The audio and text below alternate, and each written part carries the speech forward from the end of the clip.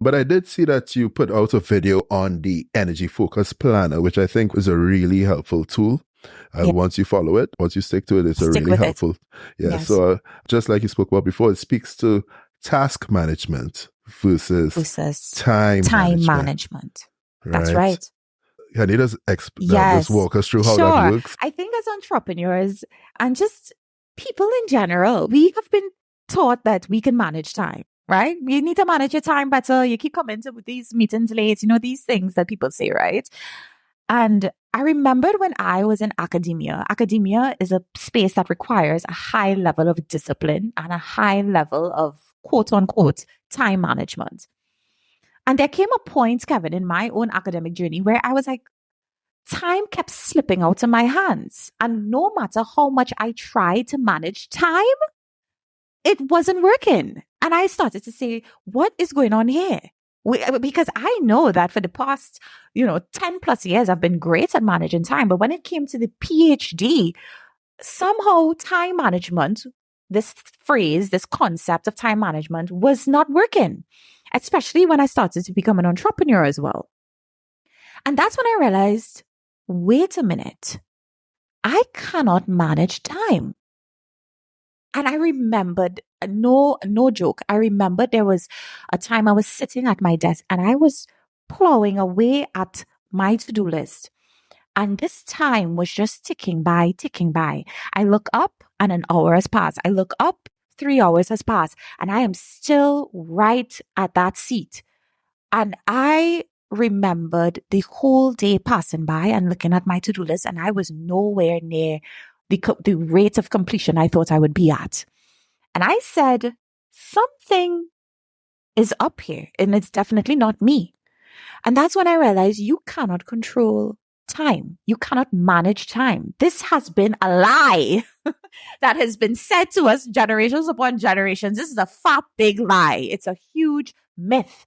And when I realized that, I was like, oh my gosh, I have been approaching this completely wrong. So I started to figure out that if I cannot control or manage time, then what can I control? My tasks. And that's when I started to look at task management as the ultimate tool to getting more done. So it now became, how do I manage the way that I'm approaching tasks and ensuring that I'm not overloading tasks in one day? I'm not giving the day more tasks than it can actually hold. Because that's what happens. And again, coming back to the energy levels, right? Remember, I talked about us having rhythms.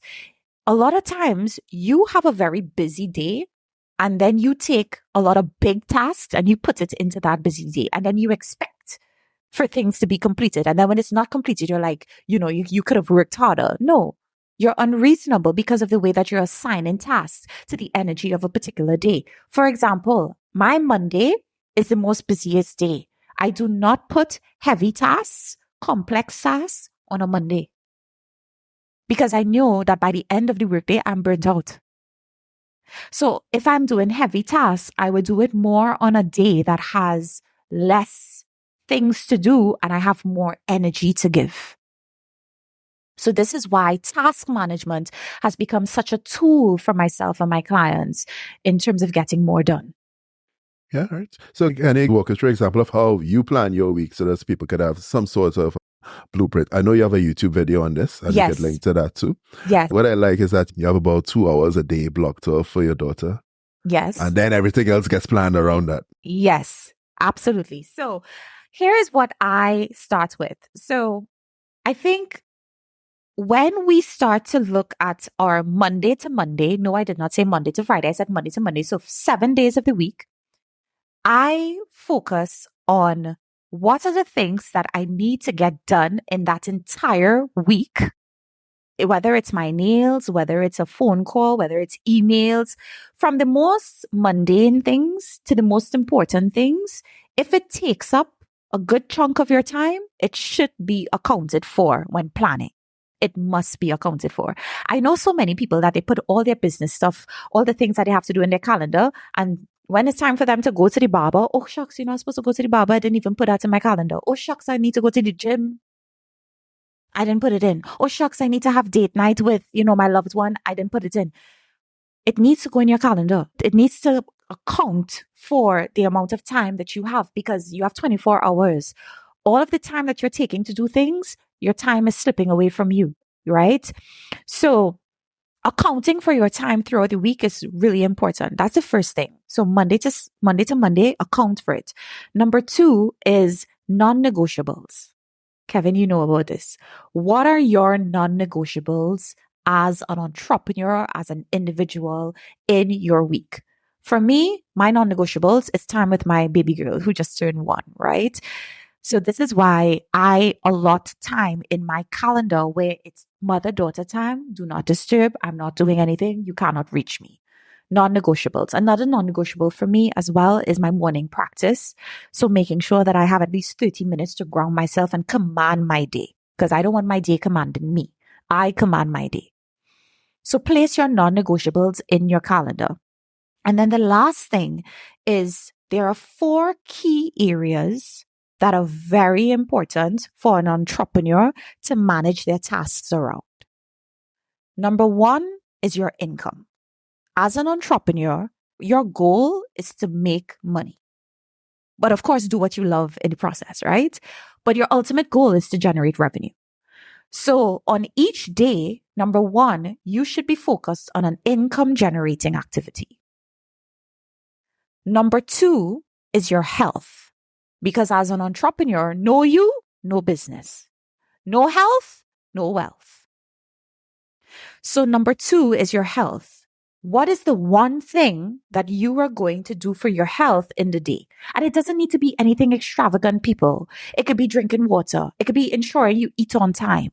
It could be ensuring that you have a well-balanced diet or meal. It can literally be going outside for a walk. It could be taking deep breaths, whatever it might be. So number 2, your health. Number 3 is your relationships. And relationships are important for entrepreneurs. Relationships, right? Because you have family relationships, you have your intimate relationships, you have friendships, and you also have partnerships, right? And let's be honest, when one of these ships sinks, you sink. If you go through a bad situation with your friend, it affects you and how you perform. If you and your husband or you and your fiance fighting, it affects you. If you don't touch base with your mom or your dad, or that relationship is strained, it's on your mind. Relationships are very important to entrepreneurs. It helps us with our support system. It helps us stay balanced. And the last thing is spirituality. And I put spirituality in there because, yes, I am a spiritual woman. And I make no apologies for that as an entrepreneur.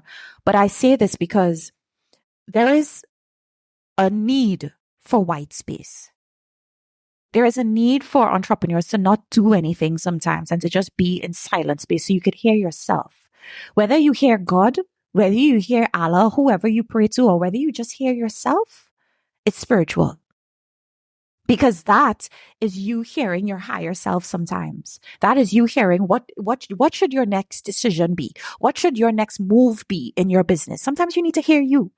So spirituality for me is me reading affirmations. Sometimes spirituality for me might be me going outside for a walk in quiet and talking to God and praying on something. Sometimes spirituality for me might be lighting an incense or smoking out my office, whatever it might be. And sometimes it might just be sitting in silence and just allowing myself to hear myself. Whatever it is, understand that there is a side that is not just about us, but also about the things we can't necessarily see, the things we can't necessarily hear. This is how we have dreams, visions about ourselves and who we are in the future. You have to give yourself space to see that during the day. So these are the 4 areas that I strongly recommend for persons who are seeking to become more high performing. And if you address these 4 areas every day, you're going to see a lot of change. happening in your business and in your bank account.